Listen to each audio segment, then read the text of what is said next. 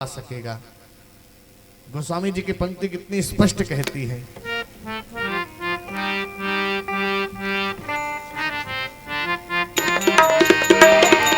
अति हरि कृपा जाहे पर होई, अति हरि कृपा जाहे पर होई, अति हरि कृपा जाहे पर होई, अति हरि कृपा जाई पर होई, पाव दे एहि मार्ग सोई, पाव दे यही मार्ग सोई।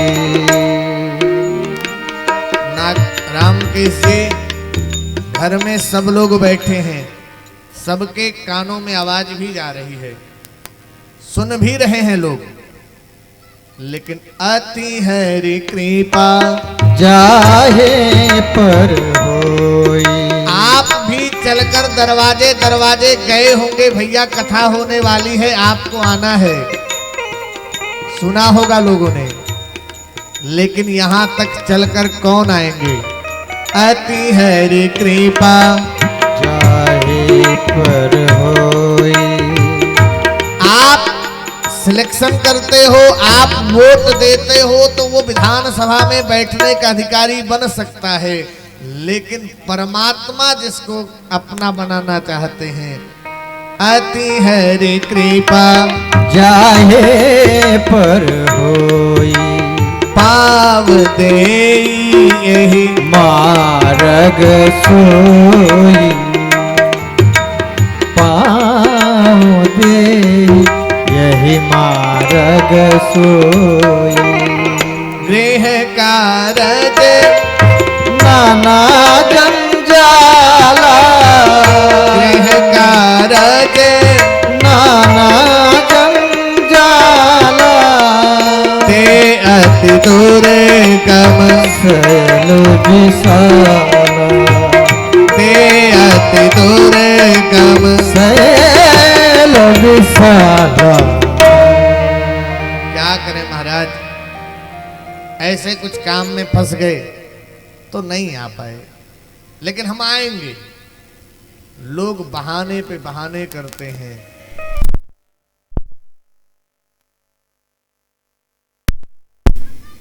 परमात्मा की जब अति कृपा किसी पर होती है तो वह इस मार्ग पर आ सकता है।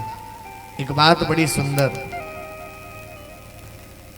कलयुग में अगर कोई आधार है तो कृष्ण कथा और राम कथा, जो मानव के जीवन को सन्मार्ग पर ले जाती है। और इस सबसे बड़ी बात यह है, राम कथा के माध्यम से, कृष्ण कथा के माध्यम से हम मनुष्यत्व को प्राप्त करते हैं। दुर्लभम त्रयमेवेतत् देवानुग्रह हेतुकम मनुष्यत्वम मुमुक्षुत्वम महापुरुष संश्रयः। देखिए एक बात बड़ी सुंदर श्याम बाबा, हम यहां आए हैं, मानव का जीवन हमें मिला है। दुर्लभम मानुषो देहो, ये जो मानुष की देह है ना, ये दुर्लभ है, और मिला भी तो क्या बनने के लिए, मनुष्यत्वम, हम मनुष्य बनने आए हैं, मनुष्यत्व को प्राप्त करने। बोले महाराज ये मनुष्यत्व कैसे मिलता है। गोस्वामी जी की पंक्ति कहती भी है, बड़े भाग मानुष तन पावा, बड़े भाग मानुष तन पावा, सुर दुर्लभ सब ग्रंथन गावा, सुर दुर्लभ सब सब। ग्रंथन गावा। देखिए मनुष्य के देह का प्रभाव होता है, ये देवताओं को भी दुर्लभ है। देखिए देवता सत्कर्म नहीं कर सकते, देवता सत्कर्म नहीं कर सकते, सत्कर्म करने का अधिकार यदि किसी को है तो मनुष्य को। हमको आपको मनुष्य देह मिली है तो हम पुण्य करेंगे तो स्वर्ग जाएंगे, ये बातें तो ठीक है, लेकिन पुण्य क्षीणे पुनः मृत्यु लोकम विशंति। श्याम जी, हमें पुण्य क्षीण होने के बाद धरती पर ही आना पड़ेगा। मास्टर साहब, हमारा पुण्य क्षीण होगा तो हमें धरती पर ही आना पड़ेगा। तो ऐसे में मनुष्यत्व, तो मनुष्यत्व का सबसे बड़ा सुंदर प्रभाव क्या है महाराज? बोले मनुष्यत्व का सबसे सुंदर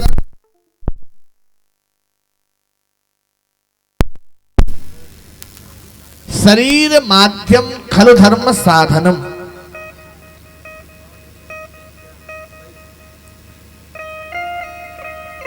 इस तन के द्वारा हमें सेवा करना चाहिए, भजन करना चाहिए।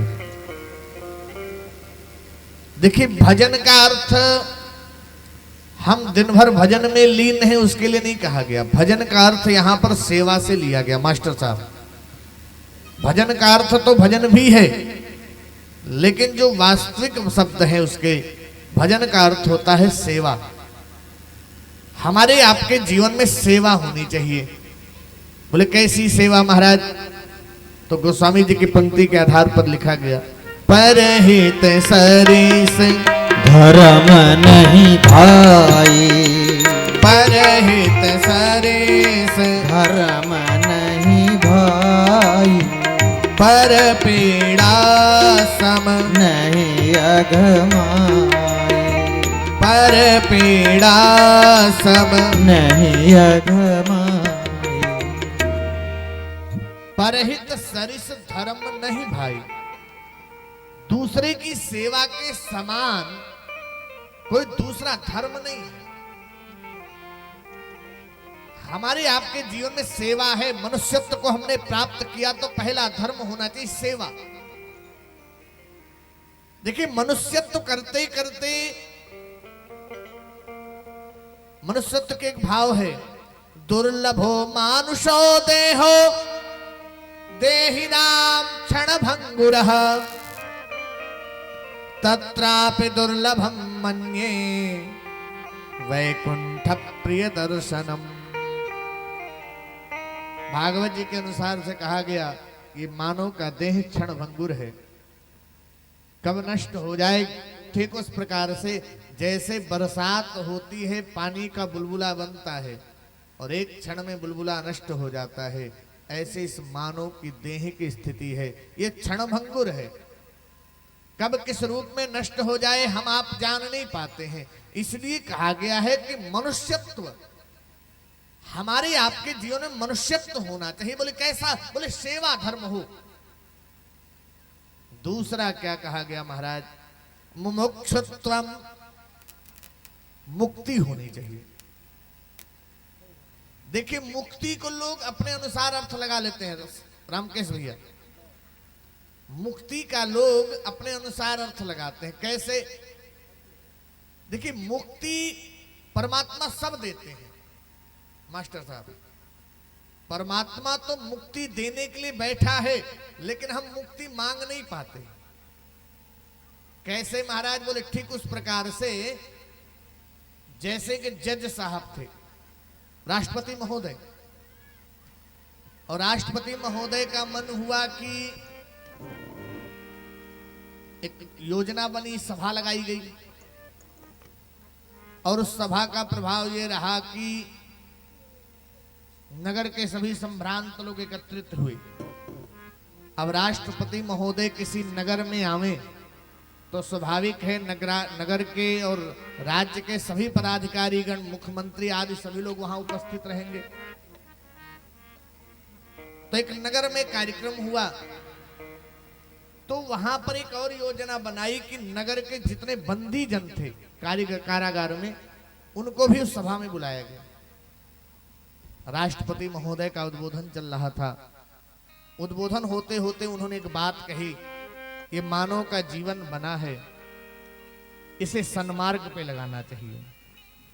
मैं कैदी बंधुओं से भी कहूं कि इनके द्वारा जाने अनजाने में कोई भी अपराध हुआ हो, उन अपराधों का पश्चाताप करना चाहिए।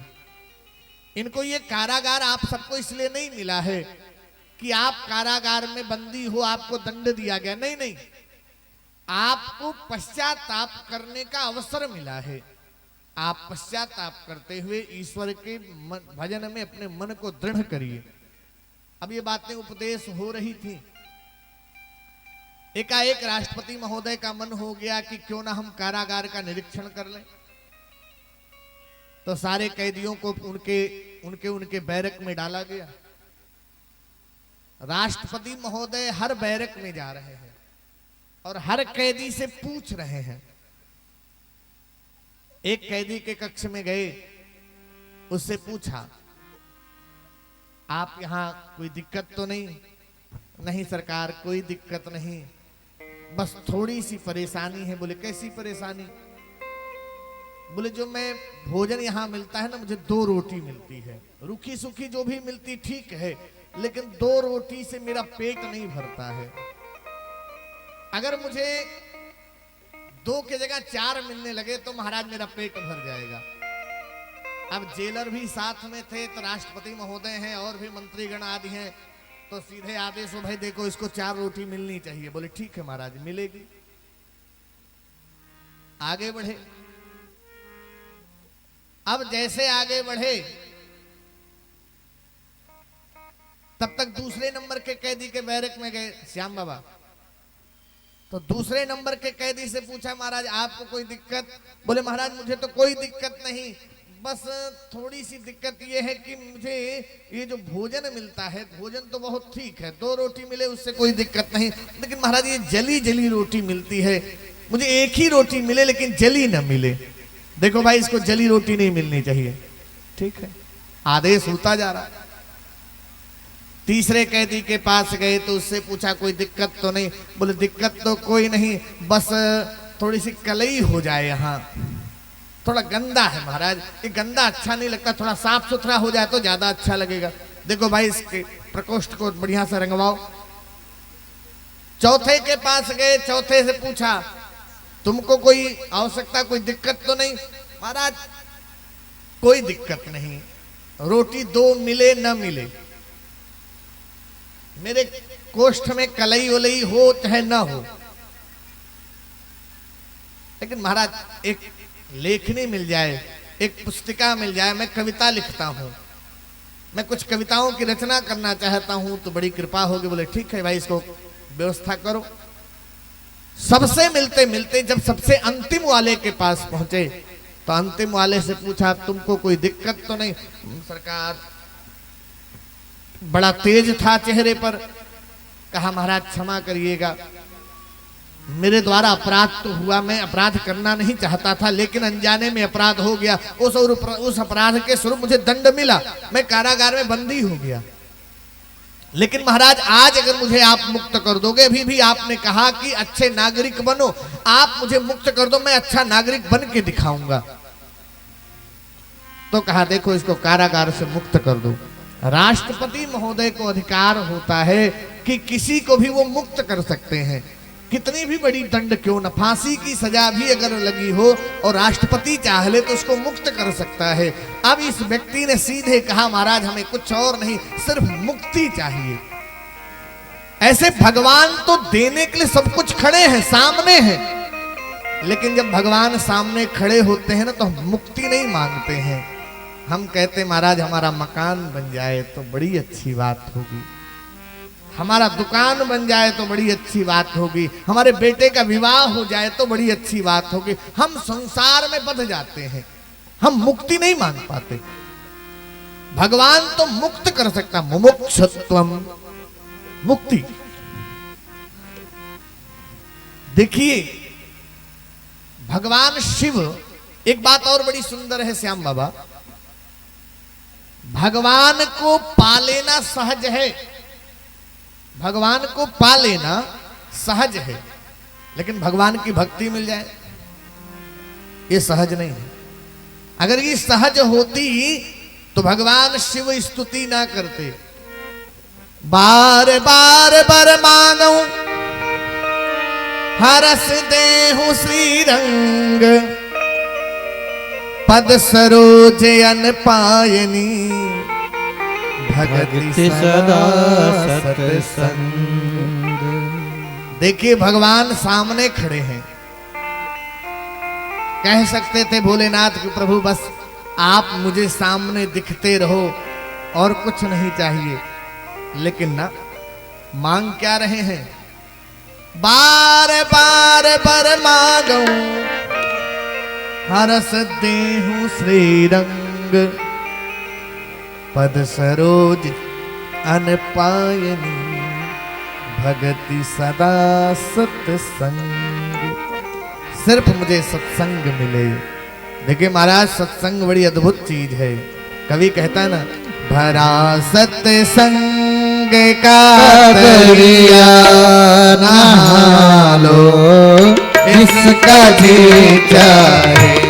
भरा सत्संग का दरिया नहा लो जिसका जी चाहे। भरा सत्संग का दरिया नहा लो जिसका जी चाहे। भरा सत्संग का दरिया नहा लो जिसका जी चाहे। नहा लो जिसका जी चाहे। करो हिम्मत जरा डुबकी, करो हिम्मत जरा डुबकी लगा लो जिसका जी चाहे।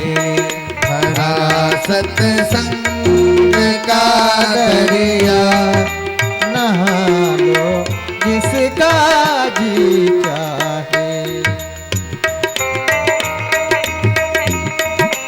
हरि बोल,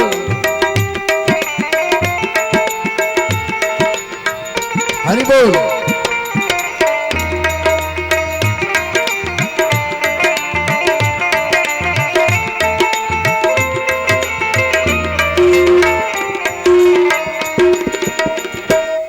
हजारों रात्र है इसमें एक से एक बढ़ आला, एक से एक बढ़ आला।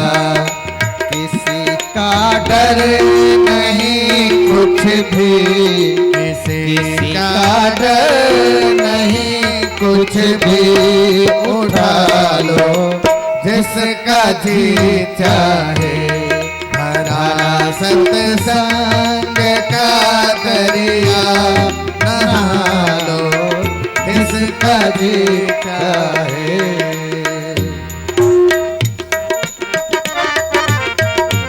हरि बोल।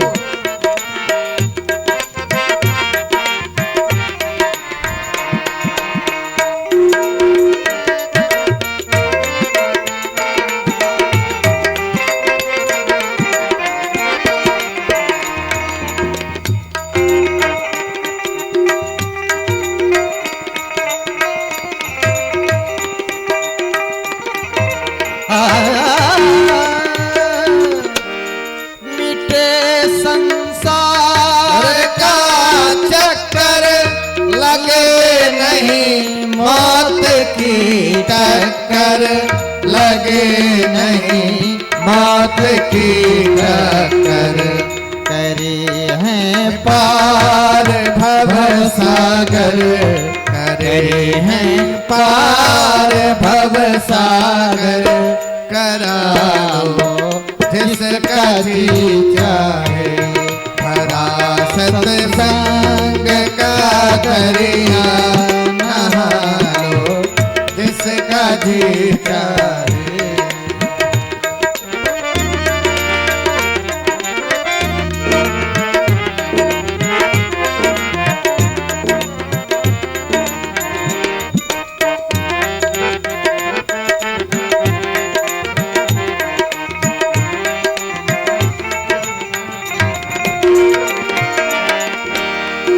बना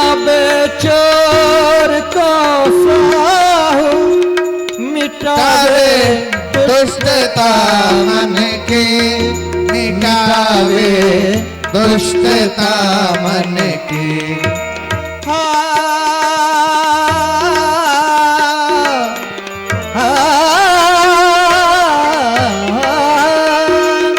बनावे चोर को साहो मिटावे दुष्टता मन के, मिटावे दुष्टता मन की। कटे जड़ मूल पापों का, कटे जड़ मूल पापों का, कटा लो जिसका जी चाहे। बड़ा सत्संग का दरिया नहा लो जिसका जी चाहे। बड़ा सत्संग का दरिया नहा लो जिसका जी चाहे।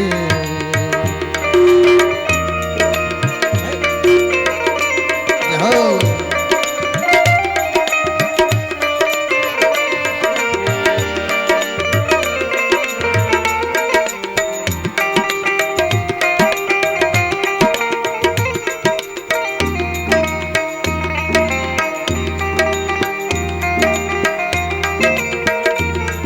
सिराज है।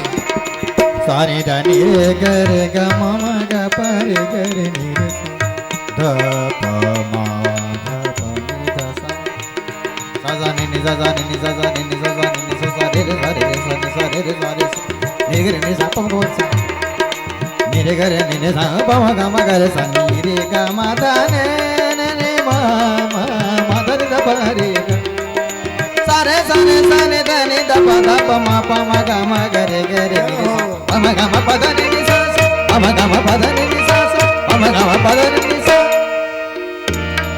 बनावे रंग से राजा बड़े राजों के महाराजा, बड़े राजों के महाराजा। श्रेष्ठ से श्रेष्ठ अपने को, श्रेष्ठ से श्रेष्ठ अपने को बना लो जिसका जी चाहे। हरा सत्संग का दरिया नहा लो जिसका जी चाहे।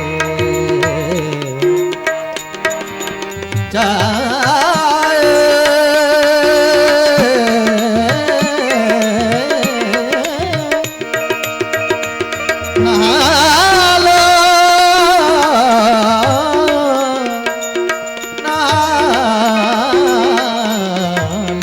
जिसका जी चाहे।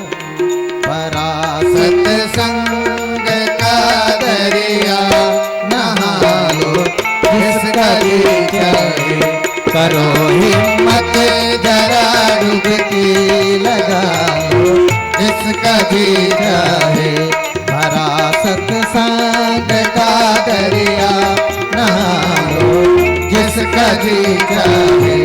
भरा सत्संग का दरिया नहा लो जिसका जी चाहे। नहा लो जिसका जी चाहे। नहा लो जिसका जी चाहे। देखिए एक बात बड़ी सुंदर है। मानस जी में सत्संग शब्द तो आए हैं बार बार, लेकिन सदा भी शब्द आया। सदा शब्द का उपयोग यहां सत्संग से लिया गया। भगवान कहते हैं बार बार बर मानो हरस देहु श्रीरंग, पद सरोज अनपायनी भगति सदा सत्संग। तो भक्ति सत्संग के अच्छा एक बात सीधी सी है, हमारे पास जेवर आदि हो जाए श्याम बाबा, तो जेवर को रखते कहाँ हैं? अलमारी में, लॉकर में। यदि हमारे आपके पास भक्ति आई है तो भक्ति का लॉकर क्या है?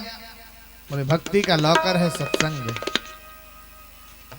भक्ति का भी लॉकर बना है, तिजोरी बनी है भक्ति की भी। बोले वो कौन सी तिजोरी है? बोले सत्संग। सत्संग के माध्यम से हमारी भक्ति सुरक्षित रहती है। आज भक्ति है लेकिन सत्संगति बदलती जाए तो भक्ति नष्ट भी हो सकती है। लेकिन हम अपनी भक्ति को जीवंत रखना चाहते हैं, सुरक्षित रखना चाहते हैं तो सत्संग करना चाहिए। सत्संग से हमारी भक्ति सुरक्षित रहती है। देखिए भागवत को हम क्यों सुने? भागवत में 4 चीजें हैं, भक्ति है, ज्ञान है, वैराग्य है, तपस्या है। ये चारों चीजें भागवत में समाहित हैं, भक्ति, ज्ञान, वैराग्य, तपस्या। हम आप चाहते हैं हमारे जीवन में भक्ति रहे तो भक्ति का साधन है श्रीमद् भागवत जी। देखिए भागवत जी का जब शुभारंभ हुआ ना, महात्म्य 6 अध्यायों में महात्म की चर्चा है और महात्म में प्रधान देव के रूप में भागवत को कृष्ण माना, कृष्ण का स्वरूप माना गया। इसलिए भागवत के प्रथम स्कंद में प्रारंभ हो उससे पहले 6 अध्याय महात्म्य के हुए, जिसमें पहले अध्याय के पहले श्लोक में जो वंदना की गई महाराज, क्या सुंदर भाव है उसमें। सच्चिदानंद रूपाय विश्वोत्पत्त्यादि हेतवे तापत्रय विनाशाय श्री कृष्णाय वयं नुमः। देखिए ये जो सच्चिदानंद स्वरूप है ना मास्टर साहब, इस सच्चिदानंद में भगवान का स्वभाव वर्णन है। इस जो श्लोक है, इन श्लोक में भगवान के पहले स्वभाव का वर्णन किया गया।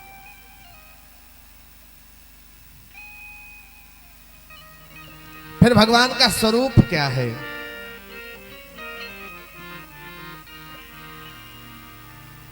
सच्चिदानंद रूपाय, ये भगवान का रूप हो गया। स्वभाव क्या है भगवान का? विश्वोत्पत्त्यादि हेतवे, स्वभाव है विश्व की उत्पत्ति करना। और महाराज सामर्थ्य क्या है? तापत्रय विनाशाय श्री कृष्णाय वयं नुमः। भगवान का सामर्थ्य है 3 प्रकार के तापों का शमन करते हैं। देखिए सत्य, चित, आनंद, ये 3 शब्दों को मिलाकर बना है सच्चिदानंद। देखिए भगवान जो सत्य है ना, सत्य तो सर्वत्र विद्यमान है, सत्य कहीं छिपा नहीं है। भगवान हमारा सत्य स्वरूप है। उसको गोस्वामी जी ने कितना सुंदर शब्दों में निवेदन किया है।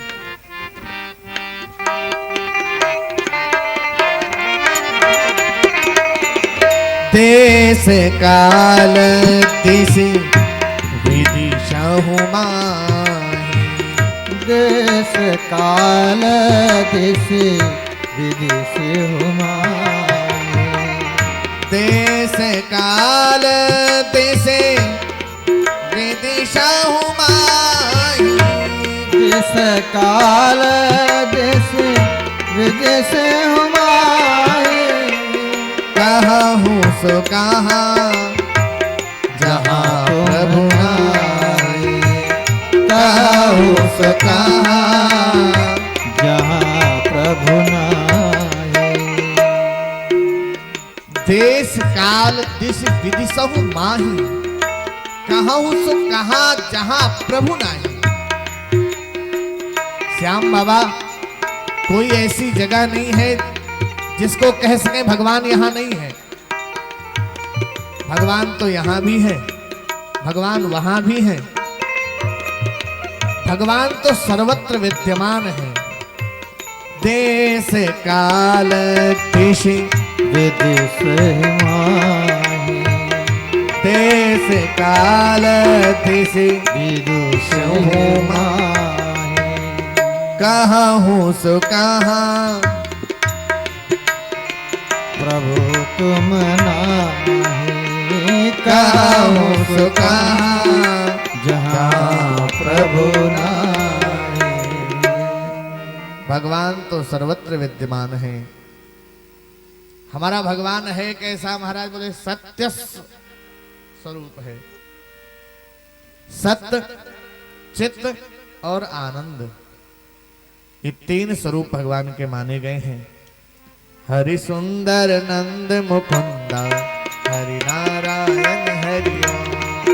हरि सुंदर नंद मुकुंदा हरि नारायण हरि ओम। हरि केशव हरि गोविंद हरि नारायण हरि ओम। हरि केशव हरि गोविंद हरि नारायण हरि ओम। हरि सुंदर नंद मुकुंदा हरि नारायण हरि ओम। हरि सुंदर नंद मुकुंदा हरि नारायण हरि ओम।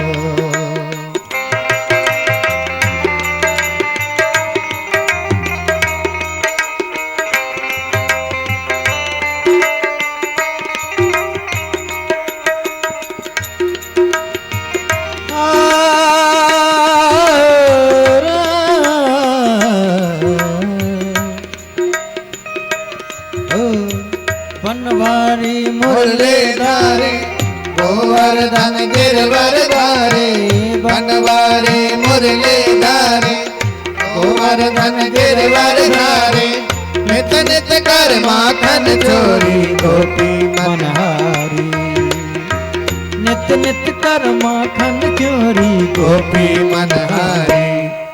हरि सुंदर नंद मुकुंदा हरि नारायण हरि ओम।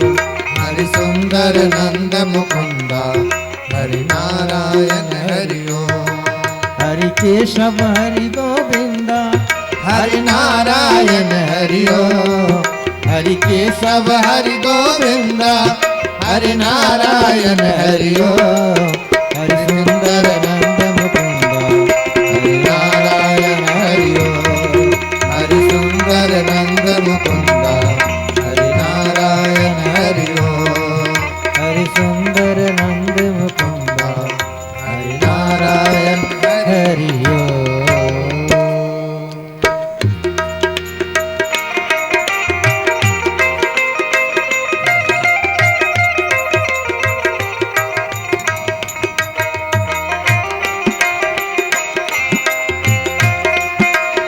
हरे ग पग ध पग ग पद सा ध सा सा ध पग हरे सुंदर नंद नंद मुकुंदा हरि नारायण हरि ओम। हरि सुंदर नंद मुकुंदा हरि नारायण हरि ओम। बनवारी मुरलीधारी गोवर्धन गिरवरधारी बनवारी मुरलीधारी गोवर्धन गिरवरधारी नित नित कर माखन चोरी गोपी मनहारी। नित नित नित कर माखन चोरी गोपी मनहारी। हरि सुंदर नंद मुकुंदा हरि नारायण हरि ओम। हरि सुंदर नंद मुकुंदा हरि नारायण हरि ओम। हरि केशव हरि गोविंदा हरि नारायण हरि ओम। हरि केशव हरि गोविंदा हरि नारायण हरि ओम। हरि सुंदर नंद मुकुंदा हरि नारायण हरि ओम। हरि सुंदर नंद मुकुंदा हरि नारायण हरि ओम। हरि सुंदर नंद मुकुंदा हरि नारायण हरि ओम। सच्चिदानंद रूपाय भगवान का स्वरूप है सच्चिदानंद स्वरूप। सत्य जो था है और रहेगा भी दूसरा भगवान का स्वरूप है चित्त। चित्त माने होता है चेतना, और चित्त माने होता है प्रकाश। जो हमारा भगवान है वो प्रकाश स्वरूप है। और तीसरा है आनंद। हमारा जो भगवान है ना वो आनंद स्वरूप है। बोले महाराज ये आनंद क्या है? आनंद की अनुभूति कैसे हो? श्याम बाबा, आनंद के बारे में कहा गया है, जो आनंद सिंधु सुख राशि सी करते त्रैलोक सुपासी। आनंद घन कौन है? भगवले भगवान श्री कृष्ण। सच्चिदानंद रूपाय विश्वोत्पत्त्यादि हेतवे, जो विश्व के उत्पत्ति के कारक हैं। और भगवान का सामर्थ्य क्या है? बोले तापत्रय विनाशाय श्री कृष्णाय वयं नुमः, जो तीनों प्रकार के तापों का समन करते हैं। बोले तीन ताप क्या हैं? ए बाबू, तीन ताप कहे गए, दैहिक, दैविक, भौतिक। ये तीनों प्रकार के तापों का जो समन करते हैं वो कौन है महाराज? बोले श्री कृष्णाय वयं नुमः। ऐसे भगवान श्री कृष्ण की वंदना है इसमें। एक बात बड़ी सुंदर है, भगवान की कथा पी पाना बड़ा कठिन है। भगवान की कथा सबको मिल नहीं पाती। मैंने प्रारंभ का आज विषय रखा है, अति हरि कृपा। हम रुपया खर्च कर सकते हैं श्रीकांत बाबा, हम रुपया खर्च कर सकते हैं, पंडाल लगा सकते हैं, व्यवस्था बना सकते हैं, लेकिन भगवान की कथा मिल जाए। अच्छा, भगवान शिव से ज्यादा बुद्धिमान तो कोई हो नहीं सकता है? शिव भगवान ज्ञान गुण राशि वो भी है। ऐसे भगवान शिव भी भगवान राम जी के दरबार में खड़े हुए तो हाथ जोड़कर एक के बात मांग रहे हैं, बार बार बर मांगू हरसि देव श्री रंग, पद सरोज अन पायनी, भक्ति सदा सत्संग। प्रभु मेरे जीवन में भक्ति बनी रहे, सत्संग रहे। भगवान शिव भी जानते हैं भक्ति को अगर कहीं स्थापित रखा जा सकता है तो वो साधन है सत्संग। भक्ति की कोई तिजोरी है तो वो साधन है सत्संग। हम अपने भक्ति को सुरक्षित रखना चाहते तो सत्संग करना चाहिए। लेकिन हम करते क्या हैं?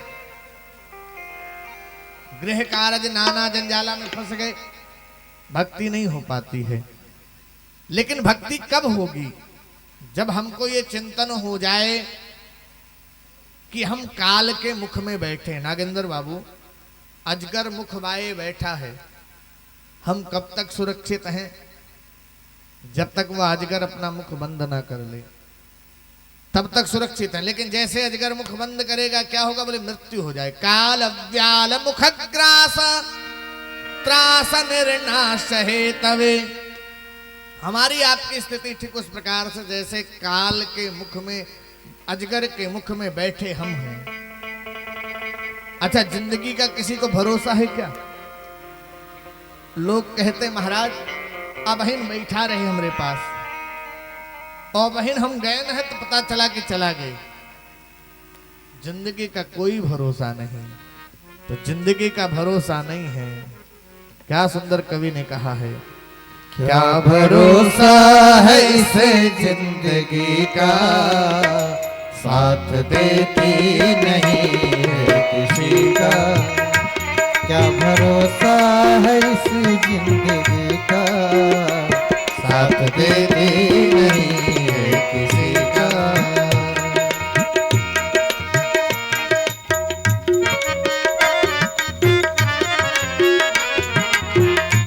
राधे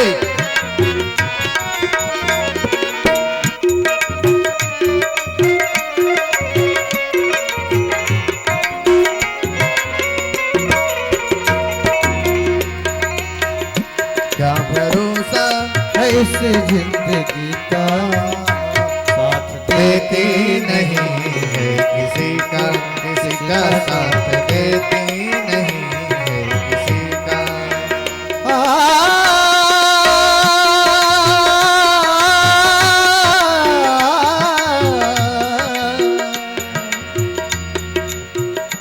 सांस रुक जाएगी चलते चलते, शम्मा बुझ जाएगी जलते जलते, शम्मा बुझ जाएगी जलते जलते। सांस रुक जाएगी चलते चलते, शम्मा बुझ जाएगी जलते जलते, शम्मा बुझ जाएगी जलते जलते। दम निकल निकल जाएगा रोशनी का, दम निकल जाएगा रोशनी का, साथ देती नहीं है किसी का साथ देती नहीं है किसी का। साथ देते नहीं है किसी का, साथ देते नहीं है किसी का। देखिए सत्संग जो है श्याम भैया, ये नियम है। जीवन नियम के आधार पर होना चाहिए। नियम हो, नियमित हो, नियंत्रित हो। देखिए हमारे यहां एक धर्म मर्यादा रही है त्रिकाल संध्या की। श्याम बाबा, त्रिकाल संध्या का उद्देश्य क्या होता था? सूर्य की आराधना होती है हमारे यहां। ऐसे तो 4 काल में संध्या का विधान है, मध्य रात्रि में 12 बजे का भी विधान है, लेकिन त्रिकाल संध्या कही गई, प्रातः, मध्याह्न, सायं। ये क्यों होता था? इसके पीछे हेतु था, हम भगवान के प्रति विचलित ना हो, नियम हमारा भगवान के प्रति हो, हम सही दिशा में जाएंगे। संध्या का उद्देश्य क्या है? सूर्य की उपासना। सूर्य कौन? बोले नारायण। सूर्य कौन है? बोले नारायण। हम उनसे प्रार्थना करते हैं, आचमन करते हैं। सूर्यस्य मामन्युस्य मन्युकृतेभ्यः सूर्यस्य मामन्युस्य मन्युपतयस्य मन्युकृतेभ्यः पापेभ्यो रक्षन्ताम् यत्रात्रया पापमकार्षम् मनसा वाचा हस्ताभ्याम। देखिए हमसे मनसा, वाचा, हस्ताभ्याम, हाथ के द्वारा भी अपराध होते हैं। नहीं, पदभ्याम उदरेण शिष्णा रात्रिस्तदवलंपतो यत्किंच दुरितं मयि इदमहमामृतयोनो सूर्ये ज्योतिषजुहोमि स्वाहा। हमारे द्वारा रात्रि काल में हाथ के द्वारा, पदभ्याम पांव के द्वारा, हस्ताभ्याम पदभ्याम उदरेण शिष्णा, इनके द्वारा कोई अपराध हुआ हो तो उस अपराध की हम क्षमा मांगते हैं। प्रातः से लेकर मध्याह्न तक हमसे कोई अपराध हो जाता है तो उसके लिए हम क्षमा याचन करते हैं नारायण से, सूर्य नारायण से। और मध्याह्न से लेकर सायंकालीन वेला में कोई अपराध हो जाए तो उसका हम प्रायश्चित करते हैं। किससे? बोले सूर्य नारायण से। इस त्रिकाल संध्या का उद्देश्य होता था कि हम जब बार बार ईश्वर से अपने लिए क्षमा मांगेंगे तो हम अपराध करने से डरेंगे और हमारे द्वारा पहले त्रिकालज्ञ होते थे विद्वान जन, त्रिकाल दृष्टि होती थी, तीनों कालों का ज्ञान होता था। इसलिए सत्संग के बारे में कहा गया है नियम हो। नागेंद्र बाबू, नियमित हो और नियंत्रित हो। आप हम यहां पर बैठे हैं, कथा सुनते सुनते जरा भी अनियंत्रित हुए तो कथा का फल गया। हमारी एकाग्रता, हम पंडाल लगा दें, हमारी कथा नहीं है। ये तो लॉकडाउन का समय है, बड़ा अच्छा अवसर बन गया। कौन आया है कौन गया है बहुत फॉर्मेलिटी करने की जरूरत नहीं है। अब तो बहुत अच्छा ये है कि सोशल डिस्टेंस के साथ 100 लोग आए तो अति उत्तम है। बढ़ जाए तो अच्छी बात, कम से कम लोगों के स्वागत के क्रम में हम फंस रहे हैं। तो हमें सुनने का अवसर दिया है भगवान ने। श्रीकांत भैया अगर आप दिल्ली में आयोजन करते हैं तो पूरे समय व्यवस्था में लगे रहते हैं, ये कमी ना हो जाए, ये कमी ना हो जाए। सुनने का अवसर नहीं बन पाता है। सुनने का अवसर कब, ये भगवान ने करुणा की है कि बैठ करके स्थिरता पूर्वक सुना जाए। कथा को सुने, आप सुनोगे नहीं तो कथा का फल नहीं मिलेगा। और यह कथा तो सुराणामपि दुर्लभा, ये तो देवताओं को भी दुर्लभ कथा है महाराज। जब महाराज परीक्षित जी को सुखदेव जी सुनाने बैठे ना, देवता पहुंच गए आकाश मंडल से, और देवतागण पहुंचे किसके पास? सोचा ये जो कथा,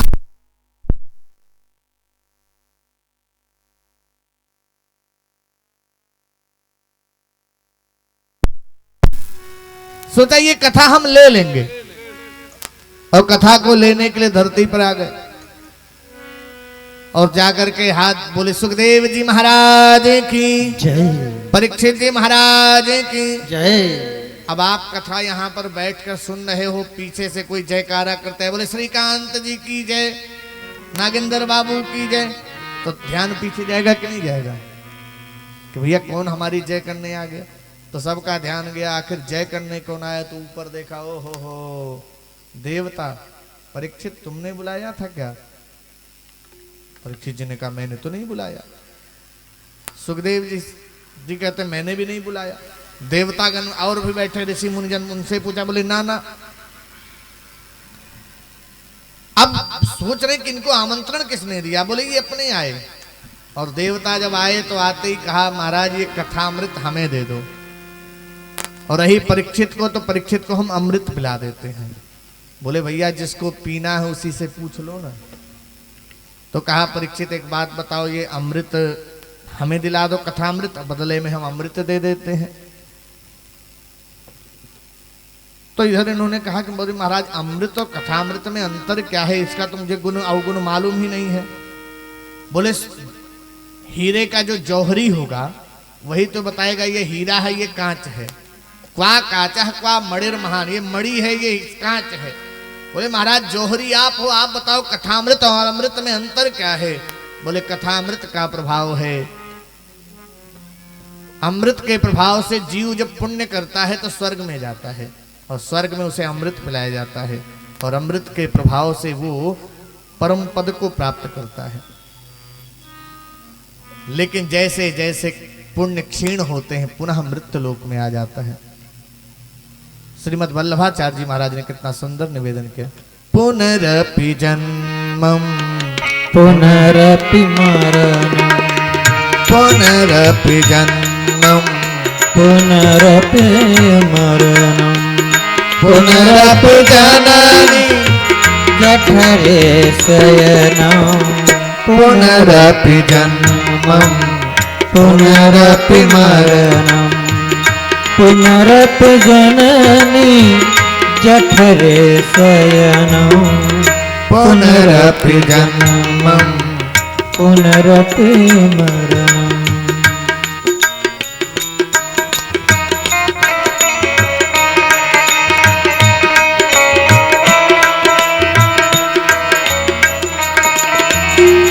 जीव बार बार जन्म लेता है, बार बार मरता है, लेकिन कथामृत का प्रभाव है, कथामृत का कोई एक बार पान कर ले भव से मुक्त हो जाता है। जैसे बातें कहीं, अब परीक्षित जी महाराज ने इनको भगा दिया। अभक्तांश विद्याय न ददौ स कथामृतम श्रीमद्भागवती वार्ता सुराणामपि दुर्लभा। देवताओं को भक्त कह के भगा दिया, भागो यहाँ से। अब देवता भागे भागे गए ब्रह्मा जी के पास, त्राहिमाम त्राहिमाम त्राहिमाम। क्या बात है, बड़ी चिंतातुर हो। बोले क्या कहें महाराज, हम कथामृत के लिए धरती पर गए और कहा ये कथामृत हमें दे दो, बदले में हम अमृत दे देते हैं, तो हमें अभक्त कह के भगा दिया। तो ब्रह्मा जी को भी लगा कि आखिर कथामृत और अमृत में अंतर क्या है। बोले तराजू मंगाओ। तोल यत् साधनान्यजः तौलने के तराजू मंगाए गए। एक पड़ले पर रखा श्रीमद् भागवत जी को और एक पड़ले पर रखा यम नियम आसन प्राणायाम प्रत्याहार ध्यान धारणा समाधि। देखिए श्रीकांत भैया, एक ये भी होता है आसन, अष्टांग योग बताए गए हैं। यम नियम आसन, एक आसन पर बैठना। अक्सर होता क्या है ना कि कथा पंडाल में बैठे तो हम लोग आसन की सिद्धि नहीं कर पाते। एक आसन पर बैठने की जिसकी सिद्धि हो जाए ना, ये भी एक साधना का एक अंग है। यम, संयम होना चाहिए। नियम, नियम कैसा हो? बोले हम एक दिन तो बड़ी शांति पूर्वक कथा पंडाल में बैठे, एक दिन आए, 2 दिन आए, तीसरे दिन एक दिन कुछ नहीं, किसी ने कुछ कह दिया, चौथे दिन आए ही नहीं, ये नियम बिगाड़ दिया। यम नियम आसन, आसन हमारा सिद्ध होना चाहिए, एक आसन पर बैठने की प्रवृत्ति हो। और फिर चौथा है प्राणायाम, फिर ध्यान, फिर धारणा, फिर समाधि। अब क्रम है अष्टांग योग के।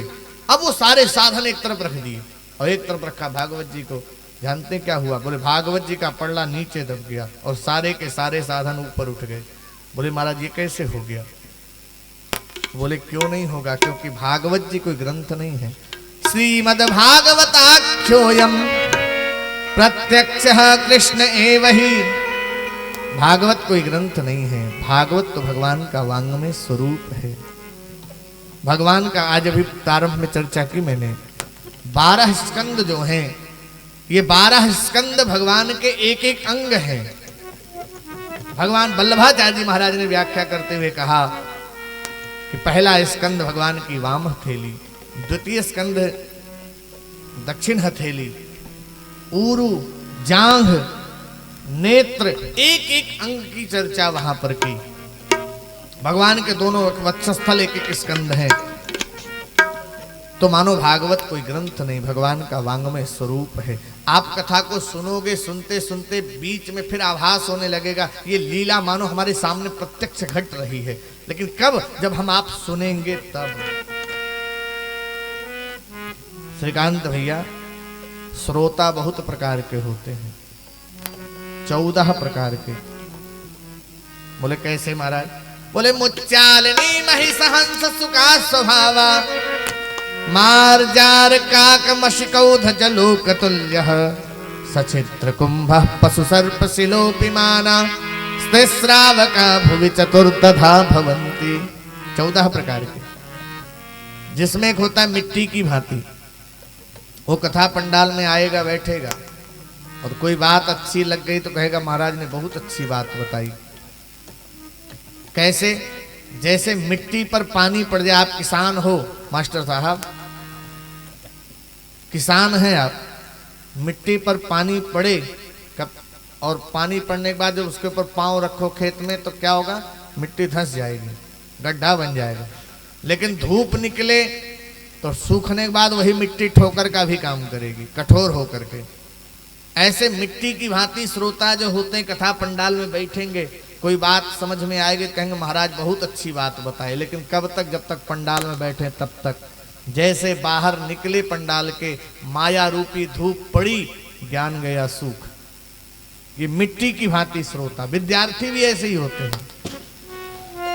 दूसरे श्रोता होते हैं श्रीकांत भैया चलनी की तरह।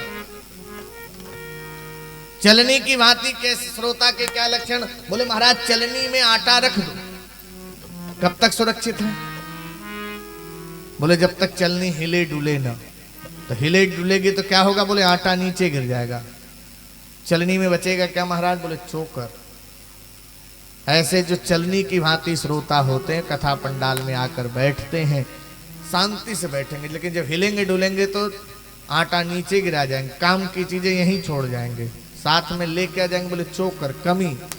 पंडाल में लाइट ठीक नहीं थी, पंडाल में बिछावन ठीक नहीं था, महाराज की आवाज नहीं ठीक थी, अनेक प्रकार की कमियों को साथ में लेकर जाएंगे। अच्छी बातों को ग्राह नहीं करेंगे, वो श्रोता होंगे चलनी की तरह। हाँ, जब बोलता दिखाई पड़े बोलिए मत, समझ जाइए चौथा, ये दूसरा नंबर है चलनी। ऐसे 14 प्रकार के श्रोताओं की चर्चा है। फिर कवि क्रम में देवताओं के जब तराजू रखा गया, तोलयत साधनान्यजः मंगाया गया, भागवत जी का पल्ला नीचे ऊपर साधन, तो कहा कि भागवत श्रेष्ठ है, ब्रह्मा जी ने स्थापित कर दिया। लेकिन फिर उसी पल ब्रह्मा जी ने एक बात कही, सुनो। इधर सूत जी महाराज सनकादिक मुनियों से कह रहे, सुनो इसकी विधि नारद जी महाराज ने सनकादिक मुनियों से सुनी। बोले महाराज जी कैसे हो सकता है? बोले नारद जी महाराज कभी एक जगह रुकते नहीं और सनकादिक मुनि कहीं आते जाते नहीं। फिर ये संयोग कब बना कि नारद जी उनको कथा सुना रहे हैं, नारद जी महाराज कथा सुन रहे हैं, सनकादिक मुनि सुना रहे हैं और एक जगह बैठे, ये कैसे संयोग बना? तो कहा सुनो, एक बार नारद जी महाराज बड़ी तीव्रता से जा रहे थे बद्रिका आश्रम की तरफ से, तो नारद जी को देख लिया सनकादिक मुनियों ने, ए नारद रुको रुको रुको, कथम ब्रह्मण दीन मुखा कुतश्चिंता तुरो भवान। ए नारद रुको रुको रुको, क्या बात है? बड़े चिंतातुर दिखाई पड़े, बड़ी तीव्रता से जा रहे हो, कहां जा रहे हो? कुतश्चिंतातुरो भवान। त्वरितम गम्यते कुत्र कुतश्चागमनम तव। आ कहां से रहे हो, जा कहां रहे हो? बोले भैया मैं पृथ्वी को श्रेष्ठ समझ कर धरती पर घूमने गया। अहम तो पृथ्वीम यातो ज्ञात्वा सर्वोत्तमामिति पुष्करंच प्रयागंच काशीम गोदावरी तथा। धरती के श्रेष्ठ समझ के मैं धरती पर गया। बोले कहां कहां? रामकेश जी कहते हैं कि मैं अयोध्या गया, प्रयाग गया, काशी गया, गोदावरी गया, सारे तीर्थों में गया, लेकिन शांति कहीं नहीं मिली। मैं चलता चलता वृंदावन पहुंचा, गया क्षेत्र में ही गया, लेकिन शांति नहीं मिली। तो मैं जब वृंदावन पहुंचा तो देखता क्या है, एक स्त्री है, वो जुवान है, उसके गोद में दो बूढ़े बूढ़े पुरुष पड़े हैं और वो स्त्री रो रही है। कुछ स्त्रियां उसको पंखा झल रही थी, अब पंखा झल रही हैं, दूर खड़ा था मैं। कहते हैं स्त्रियों का समूह हो तो बिना बुलाए नहीं जाना चाहिए। भैया धरती पर तो मुझे बहुत अधर्म दिखाई पड़ा। अधर्म तो इस रूप में, नापस्यम कुत्रचित् शर्मा मनः संतोष कारकम कलिना धर्म मित्रेण धरेयम बाधिता धुना। सर्वत्र अधर्म ही अधर्म दिखाई पड़ा था, मुझे कहीं धर्म तो दिखाई नहीं पड़ रहा है। और धर्म अधर्म किस रूप में?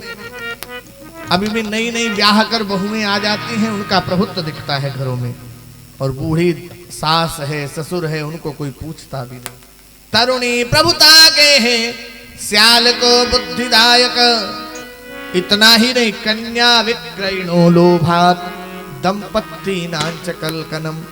धन के लोभ में लोग अपनी कन्याओं का विक्रय कर दे रहे हैं। अनेक प्रकार के अधर्म गिनाए। लेकिन भैया जब मैं यहाँ वृंदावन में दृश्य देखता हूँ कि एक स्त्री रो रही है, कुछ स्त्रियां पंखा कर लेंगे, दो बूढ़े उसके गोद में पड़े हैं, मैं दूर खड़ा देख रहा था। लेकिन जैसे जाने लगा तो उस स्त्री ने मुझे देख लिया।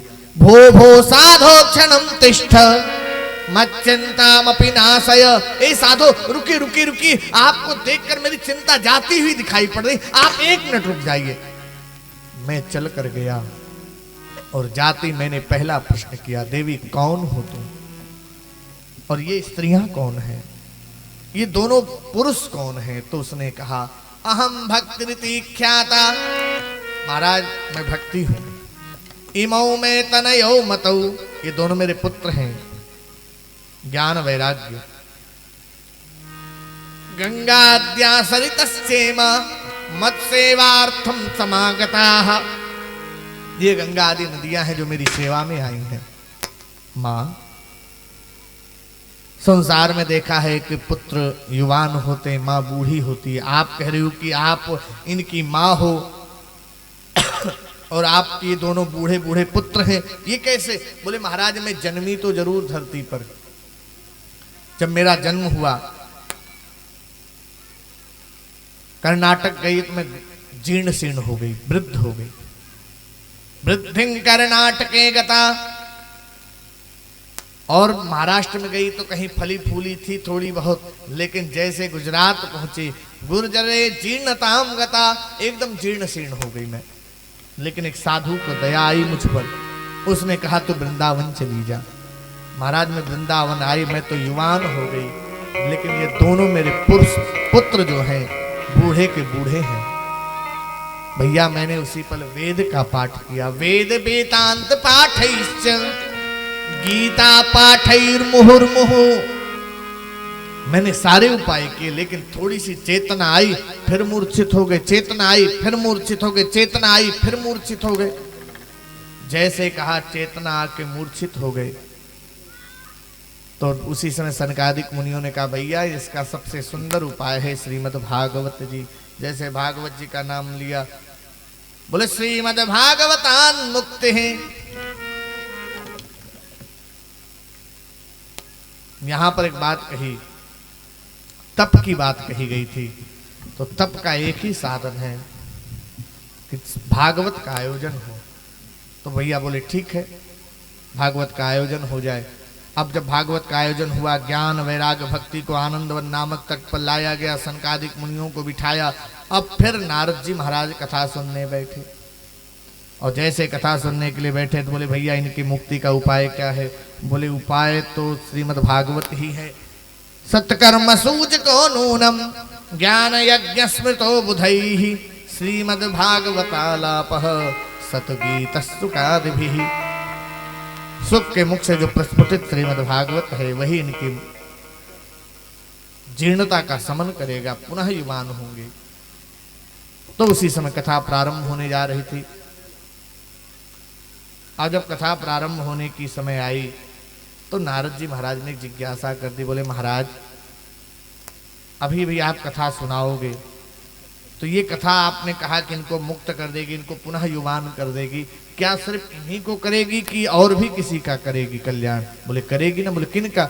बोले ये मानवाः, जो मानो पाप कृतस्तु सर्वदा, दिन भर पाप कर्म में लीन रहते हो, सदा दुराचार रता विमार्गगाः, दुराचारी हो विमार्गी हो, क्रोधाग्नि दग्धाः, क्रोध की अग्नि में जलता रहता हो, कुटिलाश्च कामिनः, कुटिल हो कामी हो, सप्ताह यज्ञेन कलौ पुनन्ति ते, सप्ताह का श्रवण कर ले कलयुग में पुनीत हो जाता है। जैसे बातें कहीं। बोले महाराज किसी का कल्याण भी हुआ कि आप हमें ही बता रहे? बोले हुआ ना। बोले किसका? बोले आत्मदेव जी का, उनके पुत्र का जिसका नाम था धुंधकारी। जानते हैं आत्मदेव जी के कोई संतान नहीं थी। पत्नी उनके, आत्मदेव माने जिसने अंतर हृदय में देवत्व का दर्शन कर लिया हो। पत्नी है जिसका नाम है धुंधली, यथा नाम तथा गुण। संत की प्रसादी मिली आत्मदेव जी को, परमात्मा की कृपा से पुत्र होने की स्थिति बनी। पत्नी ने उस फल को उठाकर गाय को खिला दिया। गाय ने फल खाया लेकिन पत्नी ने नहीं खाया। उसकी बहन एक सखी थी, उसने कहा जब मेरा पुत्र जन्मेगा मैं तुझे दे दूंगी, बदले में मुझे कुछ धन दिला देना। समय आया, गाय के बछड़े भी के रूप में एक बालक का जन्म हुआ। और यहाँ इनके बारे में चर्चा आती है, एक पुत्र की प्राप्ति हुई, लेकिन ये पुत्र बहन का पुत्र था। आत्मदेव जी आए, जातकर्म संस्कार, नामकरण संस्कार आदि भी किए। समय बीतने लगा। बड़े बेटे का नाम धुंधकारी रखा, दूसरे वाले का नाम गोकर्ण रखा। दोनों का पालन पोषण चल रहा था।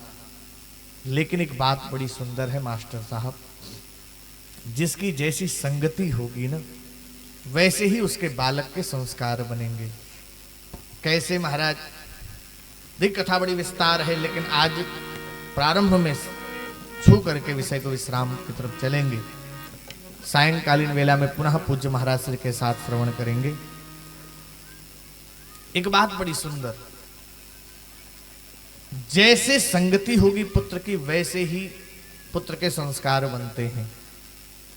अच्छी संगति में बैठेगा तो पुत्र गुणवान होगा, श्रद्धावान होगा। बड़ा बेटा जन्मा धुंधकारी जो है, उसकी संगति बिगड़ गई।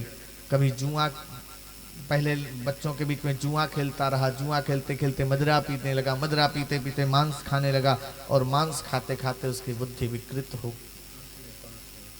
तो धन में जाकर धन को लूट लेता है, अपने पिता माँ से मांगता है धन दे मुझे।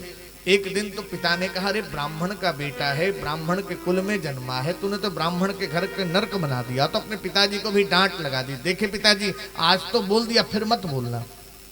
ग्लानी में आत्मदेव जी दिन भर कमरे में रहते थे, दिन भर। लेकिन गोकर्ण जी एक दिन गए अपने पिताजी के पास, कहा पिताजी देहें स्थिमां सुरुधिरे भिमतिं त्यजत्वं जाया सुतादिषु सदा मम चां विमुञ्च पश्यानिशं क्षण जगदिदं क्षणभङ्गुनिष्ठं वैराग्य राग रसिको भव भक्तिनिष्ठः।